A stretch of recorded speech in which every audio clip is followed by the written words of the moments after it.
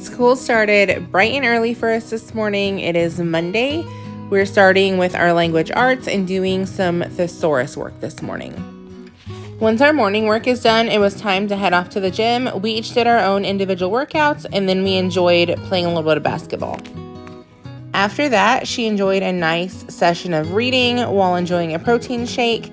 And then Tuesday was a little bit more of a unique opportunity. This is one of the huge benefits of homeschooling, is really tailoring the education to your child. She wants to be a baker when she grows up, so we had the opportunity to do an all-day baking class. The girls learned how to make the cake, the fondant, and the buttercream icing all from scratch. They obviously had a ton of fun doing this. And then they got to decorate their own cakes. They each got a personalized 2-layer cake that they got to take home.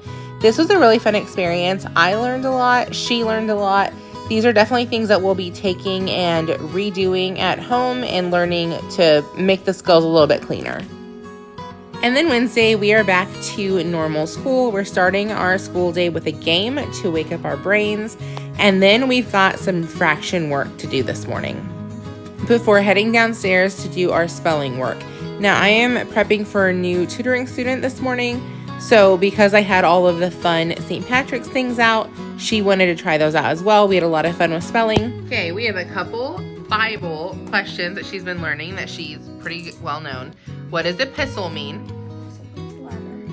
And then what was the New Testament originally written in? Greek. Good job. Thursday morning was spent doing independent school, and then we met up with some friends at the trampoline park. Now, what I didn't record is after the trampoline park, we went to a book sale. We went to do a couple different errands, found some really cool games that I'm going to show you in tomorrow's school blog. Friday started out with Glory doing some reading. She has one more book in her series before she's finished with all 16 books. So if you have a good, just fun series for like a preteen girl to go through, leave it down in the comments. We are definitely looking for more books. And then we decided to play some games today since we have a game night with some friends coming over tonight. First game was Name 5. This was really good for categories and just getting yourself thinking. Second game was Word on the Street. These are both new games we got at the library yesterday for $2 each. I did a full review of this one. I'm going to link it down below. We played a few other games, and then we ended with Pac-Man, which my daughter absolutely loves this Pac-Man card game.